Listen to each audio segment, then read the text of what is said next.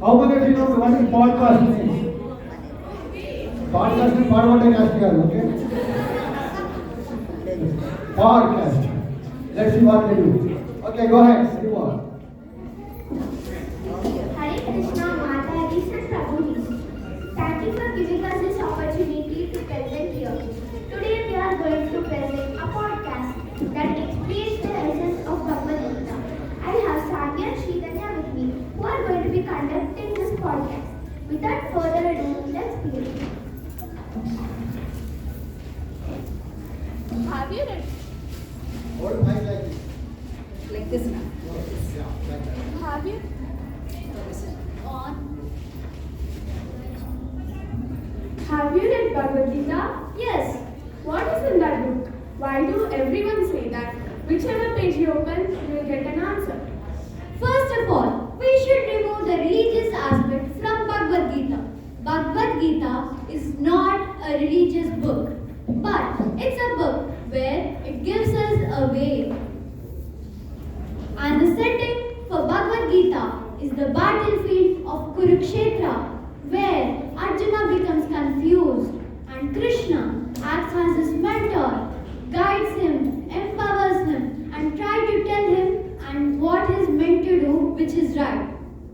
Is there any verse in Bhagavad Gita where Arjuna says that he is confused? Yes.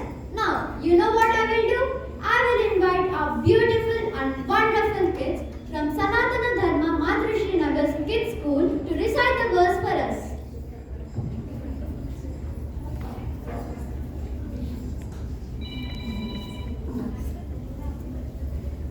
कार्पण्यदोषोपहन स्वभावः पृच्छामि त्वां धर्मसम्मूढचेताः यश्रेष्यां निशितं ब्रूतर्मे शिष्यस्तेऽहं शर्मापां प्रपन्नम्.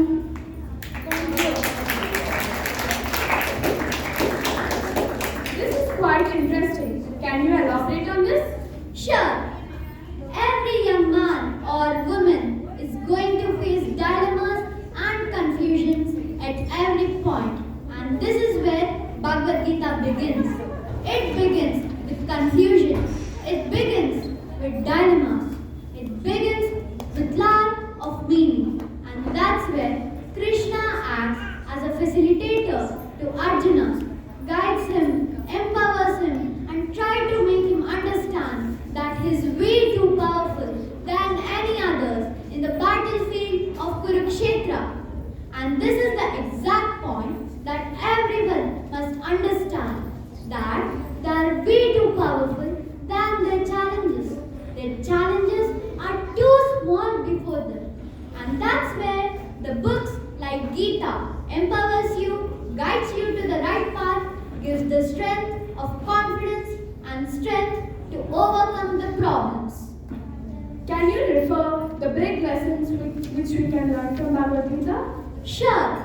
The second chapter of Bhagavad Gita, there is a particular verse which describes that summer and winter season come, pass, and pass.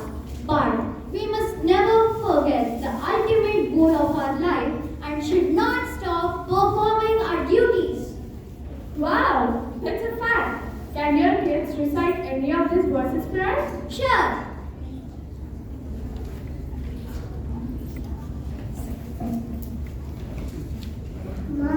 मातृस्पर्शस्तु कौन्तेयः शीतोष्णसुखदुःखदा आगमापायनो नित्यः संस्कृतिष्वस्तु Bharat.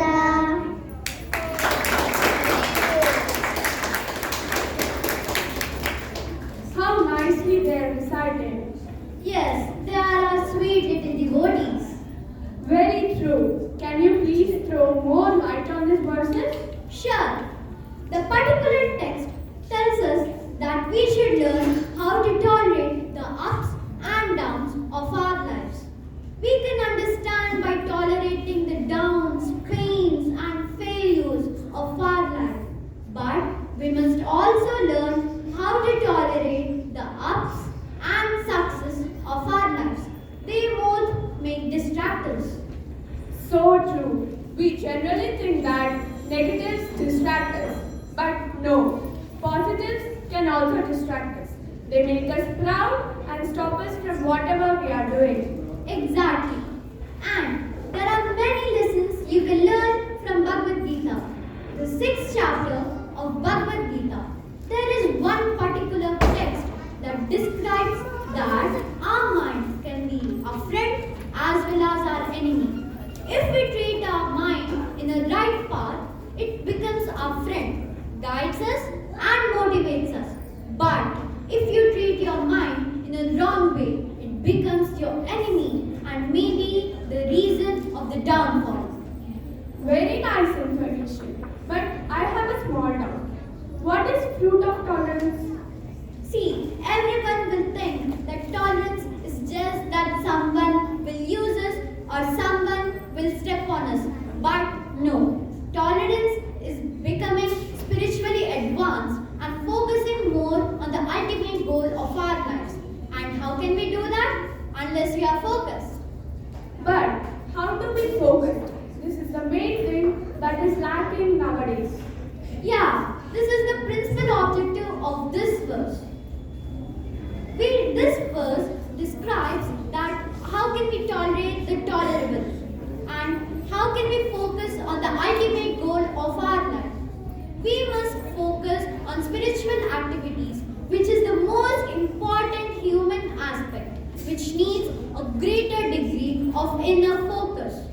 Thus, we should learn how to tolerate the tolerable, which helps us to resist the temporary dualities of nature and can focus more on spiritual activities. Wow, this is wonderful. Let's all enjoy the spiritual happiness. Yes, This is one of the most amazing podcasts that I have ever listened. I have so many values to take back home with me. Let us summarize what we have learned in this podcast. All of us face dilemmas and troubles in our life. If we want to go from a state of confusion to a state of clarity, we need to approach a guru. We should learn to tolerate the ups and downs in our life, and we should not get deviated from the ultimate goal of life, which is to reach Krishna. We have to start seeing divinity in everyone, and then only we won't have hatred or envy on anyone. But how can we do this? We can do this by attending satsangs and being in a devotee association. If you want to join these satsangs, skip satsangs every Saturday from 6:30 to 7:30 p.m. in Sapphire Still Hall, My Home Jewel. Every Sunday from 10 a.m. to 12 p.m. in Sadhya School, Madhu Srinagar.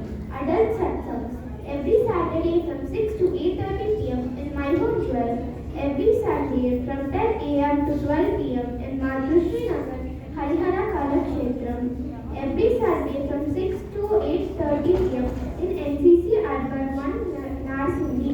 Let us all enthusiastically join these satsangs and be happy. Let's recite Hare Krishna Mahamantra. Matajis and Prabhujis can also join us. Hare Krishna, Krishna Krishna, Hare Hare, Hare Rama, Rama Rama, Hare Hare.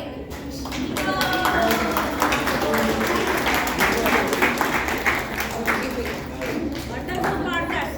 Nice. Wow, that is an amazing podcast. How many of you like it? Let us join right here by loudly thanking them by saying Hari Bol! Hari Bol! I would like to introduce all the kids. They are from Madhu Srinagar Satsang, Sunday Satsang.